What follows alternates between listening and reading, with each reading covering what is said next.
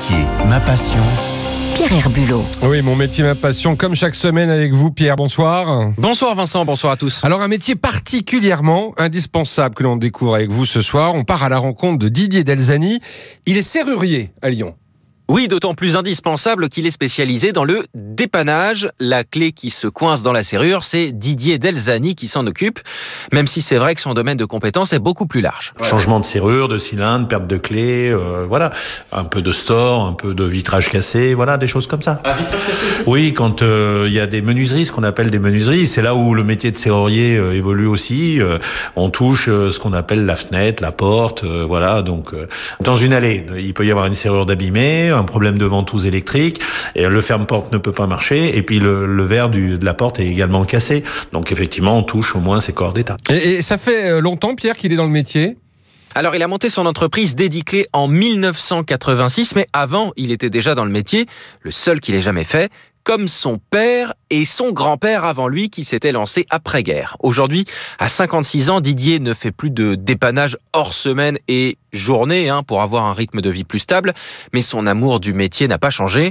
Dans ce qu'il préfère, il y a le soulagement des clients quand ils débarquent pour changer une serrure. On arrive chez une personne âgée, une famille qui a un souci, on répare, on explique, mais par contre on a dépanné quelqu'un. Vous voyez ce que je veux dire ? La principale chose, c'est que dans un monde très technologique, très numérique, on a la chance d'avoir un métier qui est manuel. Et ça, j'insisterai là-dessus parce que on a le plaisir de voir ce qu'on a fait. Voilà, mais il parle quand même d'un monde technologique et numérique. Est-ce que son métier change aussi à ce niveau-là alors ? Oui, alors comme presque tout le monde, il a connu une petite révolution au tout début des années 2000 avec la démocratisation du téléphone portable, très utile pour être hyper réactif dans le dépannage. Avant, il devait repasser par son local pour écouter le répondeur de son fixe. Mais aujourd'hui encore, le métier est en plein bouleversement. On parle de cylindres numériques, on parle de contrôle à distance de certaines serrures, on parle de certaines choses. Ça va arriver dans le sens où de plus en plus aujourd'hui, on va appeler ça la maison connectée. Disons que sur le serrurier, il va être touché par le portail d'entrée, par la porte de garage qui peut être automatisée. C'est-à-dire qu'il faudra un côté barodage et un côté un petit peu électronique pour que ça s'ouvre, que ça fonctionne. En revanche, il y a une chose qui n'a jamais changé, ce sont les préjugés qui pèsent sur son métier. Didier les combat jour après jour. Lors d'une ouverture, j'étais en train de dépanner quelqu'un et le voisin qui arrive dit « Ah, mais vous avez appelé qui ? Mais les serruriers, c'est tous des voleurs. » C'est assez dur d'entendre ça de son métier parce que Vous êtes à côté, hein ? Oui, je suis à côté, oui, complètement. Oui, non, mais si vous voulez, après, moi, ce qui compte, c'est la cliente avec que j'étais en train d'ouvrir. Comme je le dis souvent, on a aussi dans nos métiers certaines personnes qui pratiquent ce métier de manière pas très amicale, on va dire.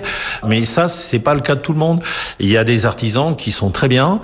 Il faut les détecter calmement lors d'une petite intervention. Comme ça, en cas d'urgence, on va dire, vous aurez la bonne surprise de pouvoir le rappeler. Et lui va se rappeler parce que vous êtes un de ses clients. Vous n'êtes pas un numéro de dossier. Vous n'êtes pas voilà. Et je pense que ça, c'est bien. Voilà, évidemment, on ne confond pas l'exception et la règle. Est-ce que la crise du Covid a changé quelque chose pour lui ? Non, et c'est une très bonne nouvelle pour lui. À part le prix de certains matériaux, il est passé un peu au travers de la crise. D'abord parce qu'il est dans une très petite entreprise, pour ne pas dire qu'il travaille tout seul.